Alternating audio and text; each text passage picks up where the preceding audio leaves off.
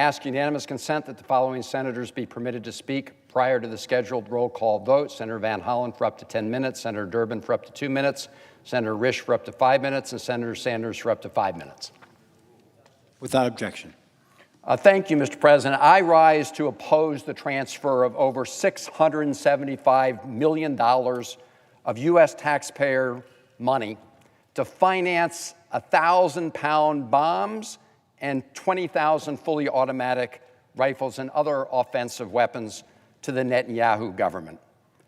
The humanitarian situation in Gaza has gone from horrible to hell on earth. Yesterday, we reached the grisly marker of over 60,000 people killed in Gaza, over half of them women and children, and the number could be much higher. More than 133 people have died of starvation, over 80 of them children, most of them this month.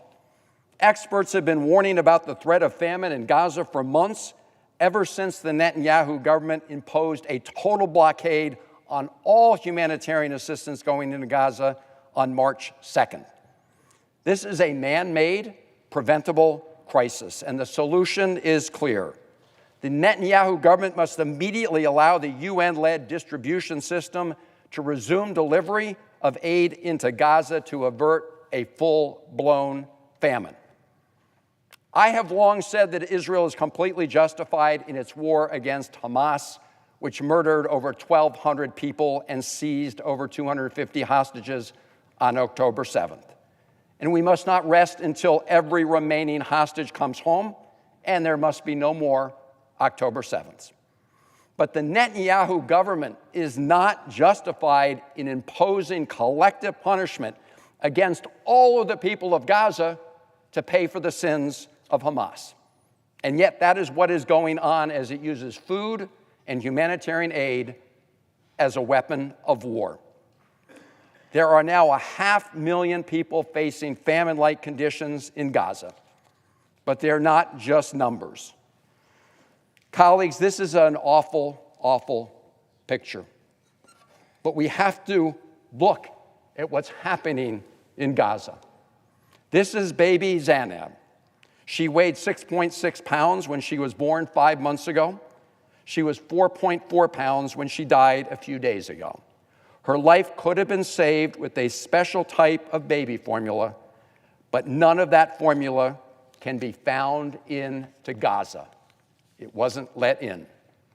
For months, the Netanyahu government has been blocking thousands of truckloads of life-saving aid that could save babies like Zainab. And yet, the Netanyahu government is denying what every human being can see, and they're denying the humanity of people suffering. Just 3 days ago, Benjamin Netanyahu said, and I quote, "There's no starvation in Gaza." Even Donald Trump, who's given Netanyahu a blank check, called out that lie. He said, "There is real starvation in Gaza. You can't fake that."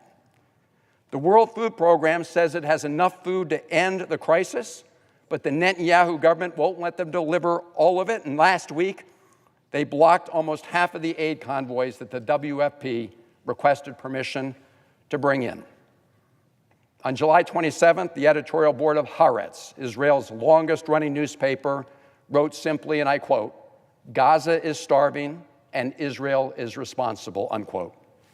This chart from the Wall Street Journal tells the story. As you can see, back here in March, the Netanyahu government imposed a total blockade for months on all food and humanitarian aid entering Gaza. After several months, they began to let a little trickle of aid in, but they did not allow the deliveries to resume through the tested distribution system that had been run by the United Nations and supported by trusted organizations like the World Food Program.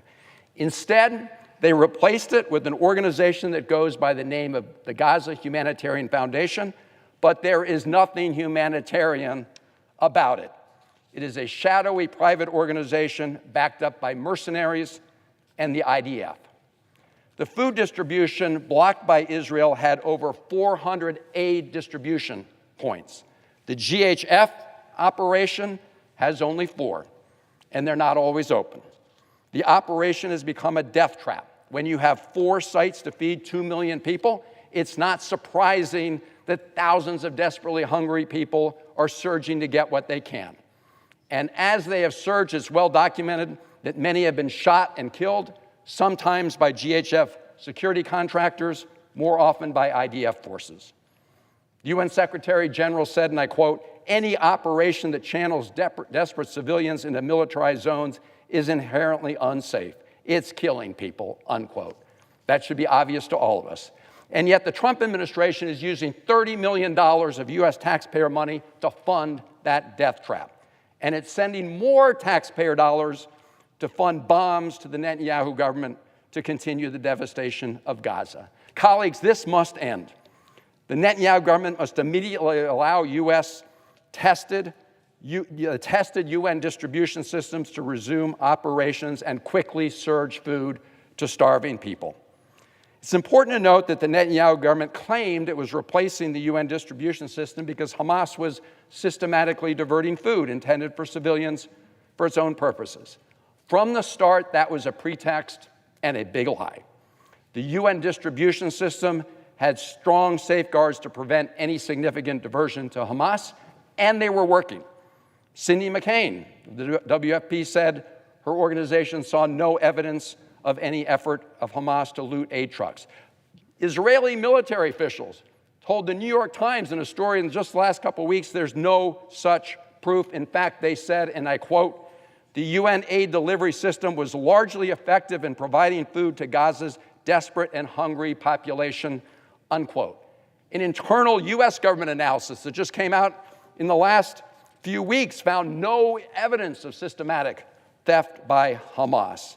That was also the testimony of the former US Special Envoy for Humanitarian Issues, David Satterfield. So why did Israel dismantle a system that was kind of working and replace it with one that's killing civilians as they try to get food? The simple reason is also horrifying. It's that the Israeli government wants to use food as a weapon of war and for population control. They opened 4 aid sites, mostly in the south, to displace Palestinians and move more in that direction. The Israeli government is trying to herd the Palestinian people into concentrated enclaves as a prelude to pushing them out of Gaza entirely. It's not a secret plan, colleagues. It's been right out there in the open.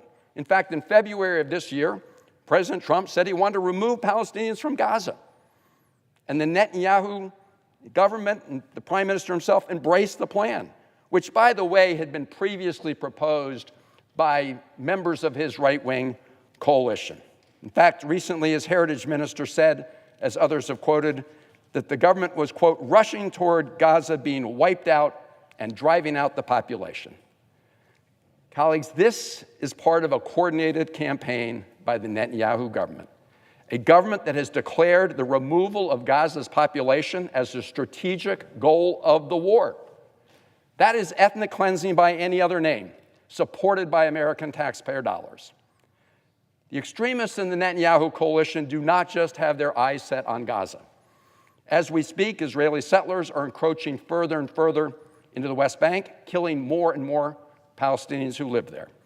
It's important to note that one of the arms sales we're discussing is the transfer of 20,000 fully automatic rifles to the Israeli National Police, headed by one of the most extreme members of the government, Ben-Gvir, somebody who handed out rifles to settlers a little while ago without having any idea where they're going. On top of that, back in February, President Trump suddenly revoked all U.S. sanctions against extremist settlers in the West Bank that had been put in place by the Biden administration. And that sent a terrible message. In just the first 6 months of this year, we've seen the highest rate of settler attacks in years. One of those happened on July 11th, when violent settlers beat to death a 20-year-old Palestinian-American citizen from Florida while he was visiting his family. His name was Saif, and he's the 7th American citizen killed in the West Bank since January 2022, and the 5th in just the last 19 months. Some killed by Israeli settlers, others by Israeli security forces.